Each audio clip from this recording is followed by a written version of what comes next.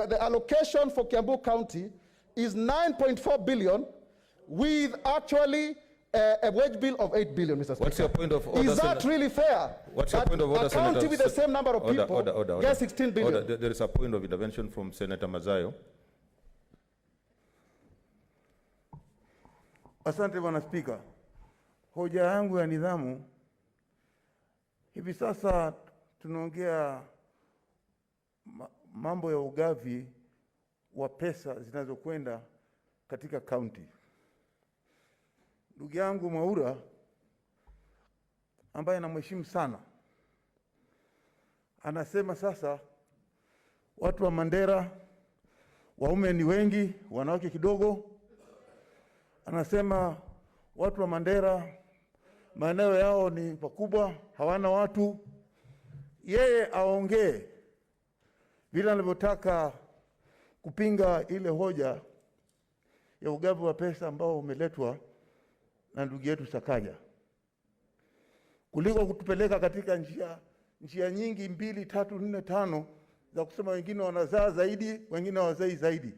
Hasa akisema kwamba watu wa Kiambu wanazaa wanawake wengi, wanaume ni kidogo, inamaanisha nini katika ile hoja yake anatuletea hapa? Nafikiria Bwana Spika, ingekuwa vyema uweze kumwambia atulie katika kile kitengo ambacho anataka kusema, badala ya kusema kwamba wakina mama wa kutoka Mandera ama sehemu zozote atakazotaka kuzitaja ni makosa sana kuambia kwamba mama zetu hawazai waume, wanazaa wanawake, ama wanazaa waume wengi na wanawake hawazaliwi. Okay, Senator Mwaura, uchunga usiende kwa details zingine ambazo zinaweza kuleta taharuki. Mheshimiwa Spika, na niwie radhi lakini lazima niseme ukweli uliopo, kwa sababu kila mama ana uwezo wa kupata mtoto na watu wa Kiambu ni wengi. Kwa hivyo lazima niongee kuhusu takwimu ambazo ni rasmi, sio mambo ya kufikiria, na sidhani Mheshimiwa Spika hiyo ilikuwa hoja ya nidhamu, hiyo ilikuwa kuchanga. Na ninakuomba Mheshimiwa Spika, tafadhali uweze kunikinga kutokana na hoja zisizo za nidhamu za rafiki yangu Mheshimiwa Mazayo. Na Mheshimiwa Spika, niseme pia kuna watu ambao wanafikiri kwamba wao lazima wazungumze, wengine wasizungumze. Nitazungumza. Mheshimiwa Speaker, let me go back. You started in English, so we go back. Yeah, let me proceed. I was just using Kiswahili because we know it also. Mr. Speaker, if you look at the county of Kilifi, there are 1.4 million people with a current allocation of 10 billion against my county of Kiambu with 2.4 million people getting 9 billion. And Mr. Speaker, this is the injustice that we are talking about when it comes to debating about the revenue formula. Mr. Speaker, there has been an argument, Mr. Speaker, that the formula so proposed by the committee on which my good brother, Senator Sakaja wants to amend. What's your point of order? Mr. Speaker, sir, I am baffled by your directives in this House. You've directed that we comply with the Ministry of Health guidelines on this COVID pandemic. My dear brother, you can be emotive as you want, but we must protect other people who are here.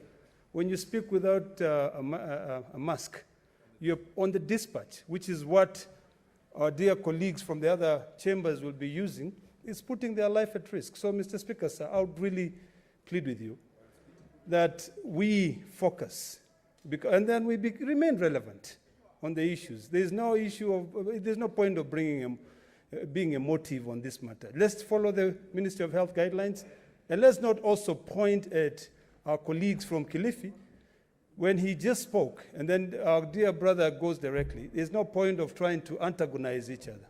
Thank you, Mr. Speaker, sir. Okay, order. I'm directing that if you'll speak without a mask, I'll order you to sit down. I can see a point of order from Senator Mohamud. Mr. Speaker, sir, is my good friend, Senator Mwaura, in order to be talking about Kiambu, Kilifi, Mandera, while actually he represents special interest. He does not represent Kiambu. Okay, Senator Mwaura. Thank you very much. Thank you, Mr. Speaker. Mr. Speaker, that is the most frivolous point of statement that has come from my former chairman, because I am in the Kiambu delegation. I am born and bred in Kiambu. I represent the people of Kiambu here. I vote for them many occasions. And even in Kiambu County, Mr. Speaker, there are so many people with disabilities. And so therefore, I will not allow to be pigeonholed because of this debate. Mr. Speaker, let me proceed. Order, senators. Order, senators. Order, senators. I want to ask you, let us debate soberly. Those who watch media saw the Senate being discussed last week about being rowdy and saying we are degenerating. Please, let's not get there. Let us debate soberly. I know this is an emotive matter, but let us maintain our cool. Thank you, Mr. Speaker. Let me proceed. So, as I was saying, it is actually true. One way you get Marsabit getting another 800 million, and Mandera getting about 2.3 billion. Senator Kinyua, what's your point of order? Let's observe social distancing, Senator Malala. Senator Cheriot. Asante sana Bwana Spika. Hoja yangu ya nidhamu ni kusema ya kwamba nimemsikiza ndugu yangu Stewart Mazayo akisema ya kwamba seneta wa Kiambu Mwaura anakosea, lakini anaposema idadi ya watu yeye analinganisha. Anasema idadi analinganisha watu wa Kiambu na watu wa Mandera. Hakuna makosa yoyote anafanya Bwana Spika, kwa sababu huduma inapatiwa mwananchi, binadamu Bwana Spika. Haipatiwi ukubwa wa msitu, haipatiwi ukubwa wa chote Bwana Spika. Ukweli usemo Bwana Spika, kwa sababu haya maneno Mwaura anasema ukweli na ukweli usemwe Bwana Spika. Kwa sababu Bwana Spika ni kusema ya kwamba alipokuwa akiongea Mwaura alikuwa akilinganisha na hizi kaunti ziko katika nchi ya Kenya. Spika Mwaura ni senator wa nchi ya Kenya. Ana uhuru wa kusema ikiwa ni kaunti ya Laikipia, kaunti ya Kiambu, na haya maneno yote anasema iko katika idadi vile watu walivyohesabiwa. Ni katika idadi ya vile watu walivyohesabiwa. Ikiwa watu ni wachache, waambiwe ni wachache Bwana Spika. Na huo ni ukweli Bwana Spika. Hoja yako ya nidhamu ni gani? Ni hajafanya makosa yoyote kulinganisha Kiambu na Mandera Bwana Spika. Okay. Haya ndio maneno Bwana Spika. Okay, asante. Senator Wario, what's your point of order?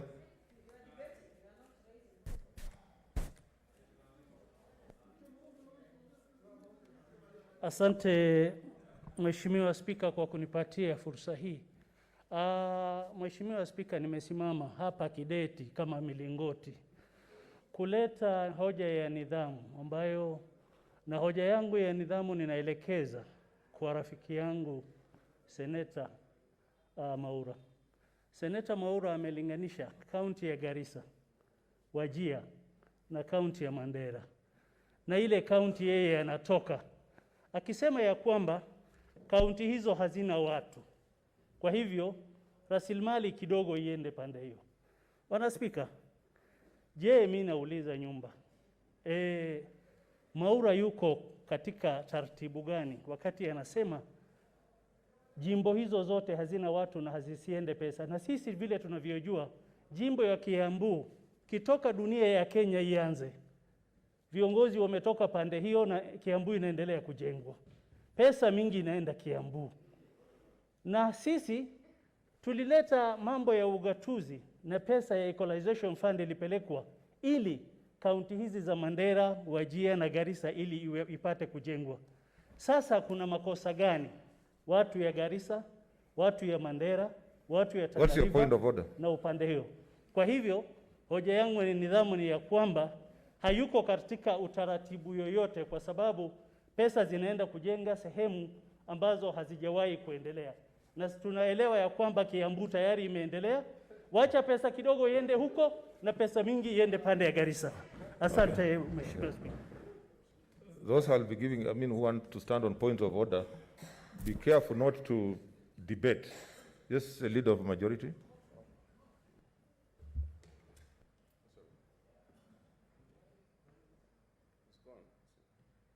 Speaker, just to help up with that matter, Speaker, I think once a point of order goes beyond 1 minute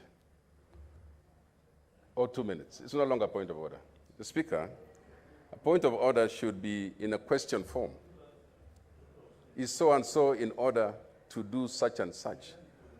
But if it is not there, Mr. Speaker, there's no need for that person to proceed.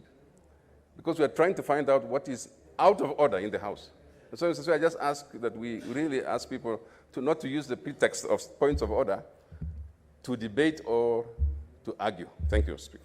Okay, Senator Mwaura, proceed. Thank you, Mr. Speaker. Mr. Speaker, those are points of arguments. They are not points of orders. And I'm very glad because my good friend Senator Wario has just confirmed what I have been saying, that the whole idea of the second generation formula was to punish certain counties because of their population, ostensibly because they have produced presidents and they are developed. Senator Wario, I want to invite you to come with me to Kiambu County. And you see the kind of squalor and poverty where land has been divided to the point that it is not viable anymore. When you see people, like where I come from in Ruiru constituency, with a population of 490,120 people, getting the same CDF as you, yet actually our one constituency has more people than even some counties. So that even when you are getting bursary, you only get 2,000 when your counties are giving over 100,000 or 30,000. This is the inequality that we are talking about. And we cannot engage, Mr. Speaker, in some form of tortuous, convoluted, retributive justice, where you want to cure one form of marginalization by creating another. I don't believe in that Kenya. I believe in a Kenya that is fair, that says, yes, there could be some historical injustices, but they can be cured through the proper operationalization of Article 204 under the Equalization Fund. I believe in a Kenya where there is equality of vote, so that one senator does not represent 2.4 million people and another senator is representing 143,000 people. I believe in a country where everybody has got equal opportunity, and that those who come to equity must come to equity with clean hands, that they may not want to perpetuate the very barriers that kept them at the margins. This formula is not about torturing others because of perceived historical injustice. And let me put it very clearly, Mr. Speaker. If the chairman of the cattle dip in your area comes from your village, does that mean all your cows do not have ticks, that they are all healthy? Mr. Speaker. Mr. Speaker, I want also to give another example. When you share food, do you share food according to the number of people or the size of the dinner plate? I think we share food according to the number of people. We have an ideological underpinning that is fomenting this debate. And this debate is being fomented on the basis of either nationalism or Kantoism. And we must ask ourselves, what is exactly the design of our devolution? Because, Mr. Speaker, when I look at the Bomas draft, it had proposed to have 14 regions and 74 districts. But the current formula divided further to 47 districts.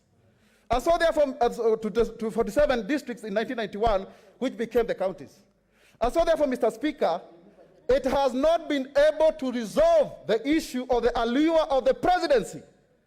And that is why you heard my good brother, the Senator Wario, saying that because you've had the presidency, we in Central Kenya would want to tell you here and now that having the presidency is not a panacea to the common problems of Wanjiko, Mwaura, Otieno, and Kaleche.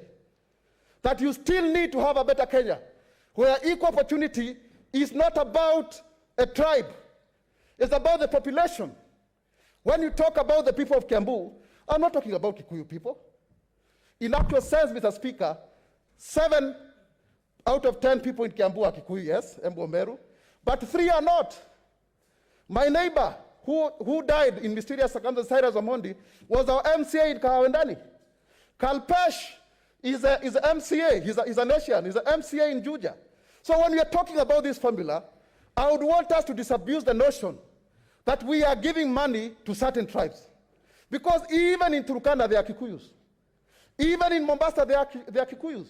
We are talking about one nation on the basis of fairness and equity. But the journey that we have started, Mr. Speaker, we must always remember that no matter how antagonistic we are, this Senate is required to rise above parochial, provincial tendencies because of the nature of politics being local, to come up with a solution that is going to benefit this country. Mr. Speaker, let us just face the truth. If the National Treasury had increased the allocation to about 350 billion, Mr. Speaker, we would not be here. Mr. Speaker, we are here because the governors decided to join hands with their counterparts in the executive, and they refused to stand with us. And the National Assembly was actually used, and my good brother, my senior Senator Mahmoud was there, I was his vice chairman, was used to countermand our demand for more resources that were actually scientific, that were actually rational. And I want to say without fear of doubt that this Senate cannot therefore support the formula of Senator Johnson Ada Sakaja, who was voted overwhelmingly by the people of Nairobi, majority of them who come from Mount Kenya region, to actually come up with an arbitrary figure of 270 billion to freeze the population of this country and therefore deny roads, water, health, electricity to our people who need it most. Mr. Speaker, as I conclude... Your time is up. Senator Kabaka.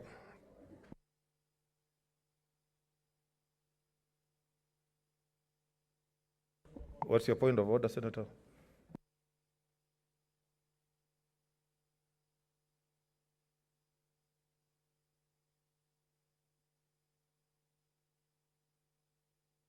Yes, Senator. Mr. Speaker, I just wanted to remind you that you had earlier given directions that in the course of Senator Maura's contribution, you'll guide us on at what time Senator Leturi presents his amendment. Yeah, I'll still guide. I've not forgotten. I just want people to have a feel of what the Sakaja amendment was. Then I will be allowing at an appropriate time the amendment by Senator Linturi. Senator Kabaka.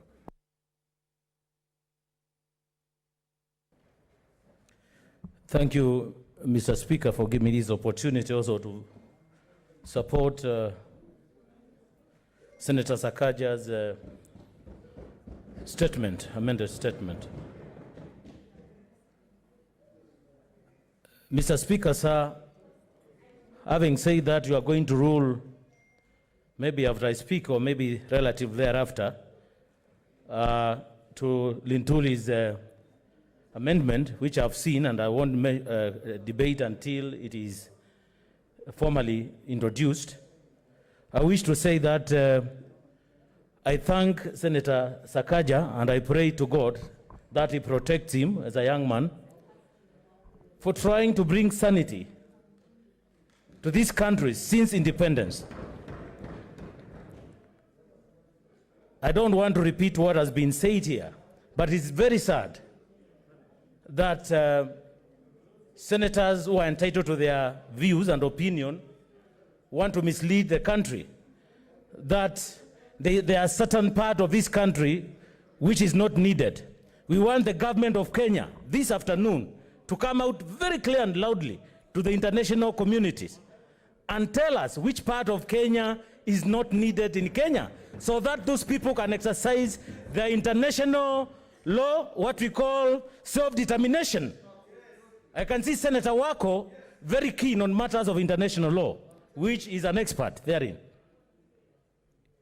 Any Kenyan who is oppressed, or any group of Kenyans or tribes who are oppressed,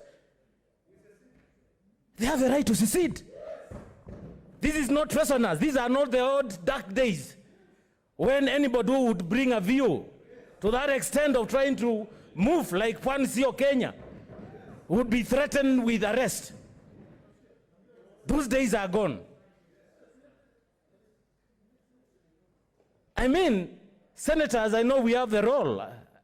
a global or corporate law of visiting our regions. It is the high time that this Senate have a kind of a program where they would visit those bushy, the so-called bushy, sandy, non-productive areas to see the reality on the ground.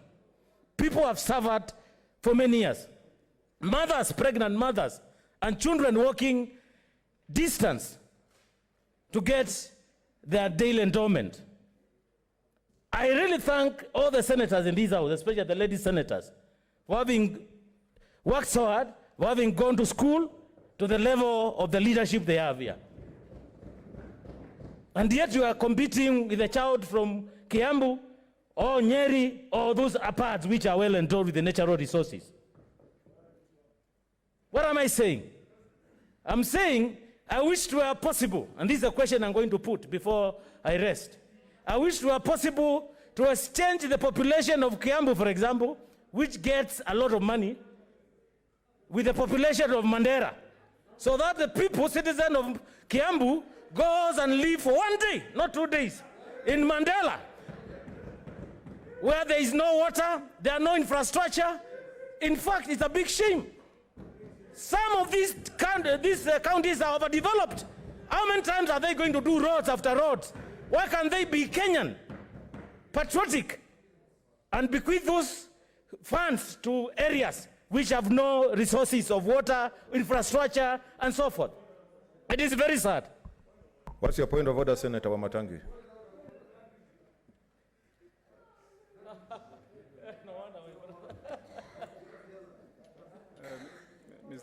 Mr. Speaker, I seek your guidance. Is the Senator for Machakos, Senator Kabaka, a renowned lawyer and a very knowledgeable man. And I remember Senator Kabaka the other day, Mr. Speaker, telling this House Senator Mwaura, please observe how qualified he is, Mr. Speaker. I remember Senator Kabaka stopped short, and he said it on the floor of this House, that he could even go and bring his certificates for people in this House to know that he's just not a nobody. He has got a PhD and other qualifications. But, Mr. Speaker, is he in order to make the kind of remarks he's made, Mr. Speaker? What's out of order? Yes, sir. No, he's on a point of order. I'm on a point of order. Mr. Speaker, Senator Kabaka refers to the people of Kiambu 1 as overdeveloped, as overendowed, Mr. Speaker. Mr. Speaker. No, he's on a point of order. On a point of order. And Mr. Speaker, I think it's a high time senators also learn not only to be patient but to be courteous. I'm on a point of order. At any one time, any senator can raise their matter. I'm the senator for Kiambu, elected by the people of Kiambu. I know the realities of the people of Kiambu. And so, Mr. Speaker, I have a right to correct any senator who puts facts wrong, Mr. Speaker. Order, Senator Wamatangi. The people of Kiambu are equally Senator Wamatangi. Needy like any other. I want to order, Senator Wamatangi. Thank you, Mr. Speaker. I want to repeat. When you come here, tell me what is out of order. You will get an opportunity to put your case. Your opinion. Everybody has an opinion. Let us respect. You may differ with the opinion, but I'll give you an opportunity to disagree on the floor of the House from where you are. So when you come on a point of order, tell me what's out of order. So let's proceed. Are you through? Okay. What's the point of order, Senator? Mr. Speaker, I just sat down to give you time, Mr. Speaker, because you ordered me. So what's your point of order? No, my point of order was very simple, Mr. Speaker, that the senator for Machakos is misleading the House, that he is giving information that he is not privy to, that he does not know about, Mr. Speaker, that he is just making insinuations and innuendos to hype emotions, Mr. Speaker, but not on facts. He must be factual, and when he says that people are overendowed, the least he would do is to prove that they are, Mr. Speaker. Order, Senator. He is misleading. Senator Wamatangi. Yes, Senator Murkomen, what's your point of order? Oh, okay, let me give Senator Murkomen, then I come to you.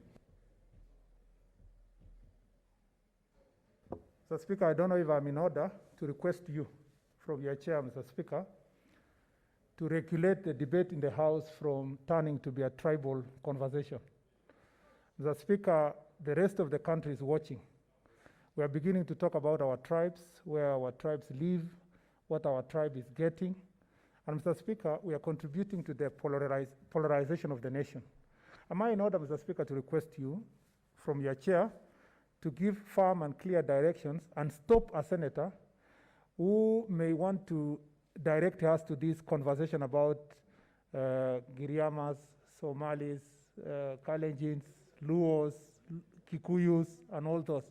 And Mr. Speaker, just speak about what is devolution and what it means for our counties, so that then we carry everybody along as a country and we become the sober house we have always argued that we want to be. Senator Ledama. Mr. Speaker, mine is to try and assist the House in moving forward. And I rise on point of order number 93, which is on the procedure of a point of order. Mr. Speaker, sir, I'd like to beseech you that whenever any senator rises, for him to note the point of order that he's standing on, as stipulated by Standing Order 93, which, if you allow me, I'll read. Any senator may raise a point of order at any time during the speech of another senator, stating that the senator raises a point of order and that the senator shall be required to indicate the standing order upon which the point of order is based. So, Mr. Speaker, sir, once we follow that, we'll be able to stop all these shenanigans of interruptions, of gagging people from saying what they want to say. And I think we can be able to conclude the debate today. Thank you, Mr. Speaker. Okay, and that's what I've said. Senator Kabaka, finish. Thank you. Let me finish. I didn't get, Honorable Speaker, where I was out of order. Other than that, I have a lot of papers, academic papers. I have seen no correlation coefficient to that extent. Mr. Speaker, I want to state my opinion, and it's a fact that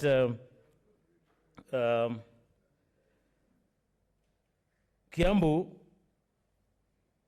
anytime, whatever variation or permutations of the formulas which I've seen, all the time it is gaining.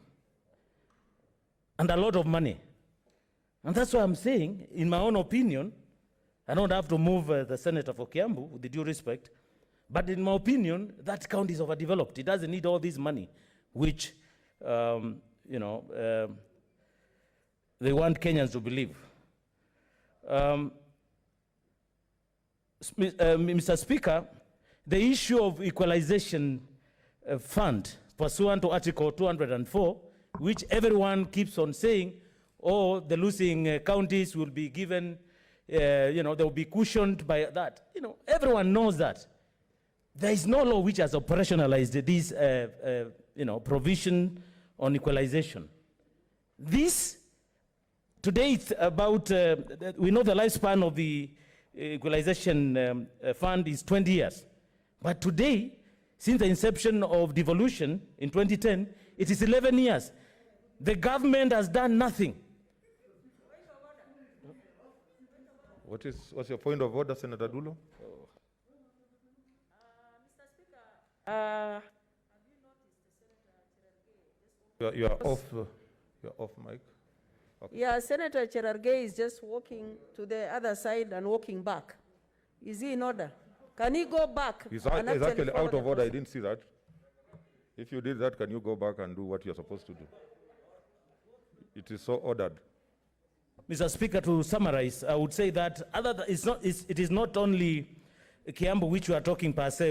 I'm saying all those counties which are gaining. And there are many, the 28, at the expense of 18.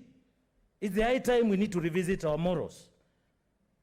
And we push together this nation. There's no way we can say we have devolution when some of our counties are losing. So let us work out these amendments of Nituri to see whether actually it is reasonable to the circumstances of other counties, so that we don't mind some counties, losing a little and sharing with other brothers, so that we move. Remember, it is not the intention of the executive in this republic for devolution. The executive all the time want to kill the devolution, for whatever reason. Remember, we are only fighting for 15% of the 3 trillion. Nobody comes here and questioned the 85%. What is the criteria of sharing development funds for the 85% in this country? We don't know. This one is left at the discretion of the executive. And that's why the issue of the presidency in this country attracts a lot of attention. But if we can have variables equivalent on development, equivalent to the ones we have here for the devolved formula, then it will be very easy to demystify the presidency. I support Sakanja's amendment. Thank you. Senator Margaret Kamar, then we'll have Senator Wako from the other chamber. Thank you, Mr. Speaker, for giving me an opportunity to also contribute to this. Mr. Speaker, I've been listening very carefully to what my colleagues have said. I've taken time to study and to look at why devolution in the first place. Because it looked like these 7 times of failing to pass, we have opened other issues. And I looked back and looked at the different formulas that have been used, Mr. Speaker. Because I was in the 10th Parliament, and in November 2012, we came up with a formula. In the first formula, Mr. Speaker, we got a report from CRA, which we are all aware of the role of CRA, which according to Article 2015, which is established under Article 2015 of the Constitution, that CRA is to make recommendations to us. The recommendations we received in the 10th Parliament gave us only 6 parameters. Mr. Speaker, we had a population parameter of 45%, an equalization share of 25%, a poverty gap of a poverty index of 20%, land area was 8%, and the fiscal effort was 2%. What happened thereafter, Mr. Speaker? In 2016, the second formula, which was done by the first Senate, actually that Senate did nothing. What they did was to change only the equal share, increase it by 1. So population remained 45%. The equal share increased by 1% to 26%.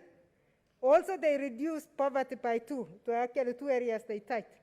They reduced it from 20 to 18%. In their own wisdom, poverty seemed to have been going down. Land area remained at 8%. Fiscal effort remained at 2%. And they introduced an element called development at 1%. Mr. Speaker, what happened last year, we received from the CRA a recommendation on time